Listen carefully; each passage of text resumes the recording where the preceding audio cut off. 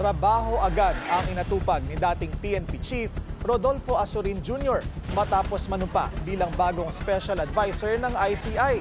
Narito ang agenda report ni Elijah Bonzo. Do hereby solemnly swear that I will well and faithfully discharge to the best of my ability the duties of my present position and of all others I may hereafter hold.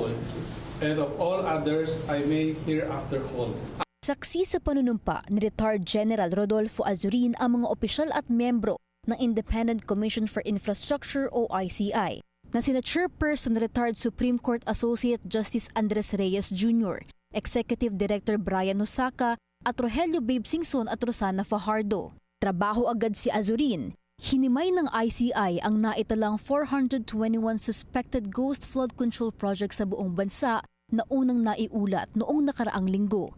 Sa kabuuang bilang, 261 ang nasa Luzon, 109 naman ang nasa Visayas at 51 naman ang nasa Mindanao.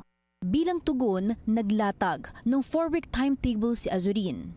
So tapos na po yung week 0, ito po yung na-turn over na po ng ating DPWH, yung initial po na validation po nila doon sa mga suspected na ghost projects.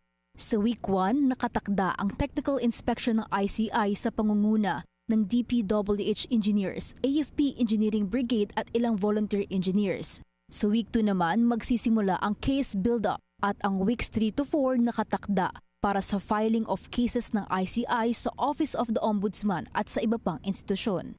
Yung sa 3rd to 4th week, starting from now, we can be able to file at least 15 cases. Sa ngayon, hindi pa rin isa sa publiko ng ICI ang mga pagdinig nito.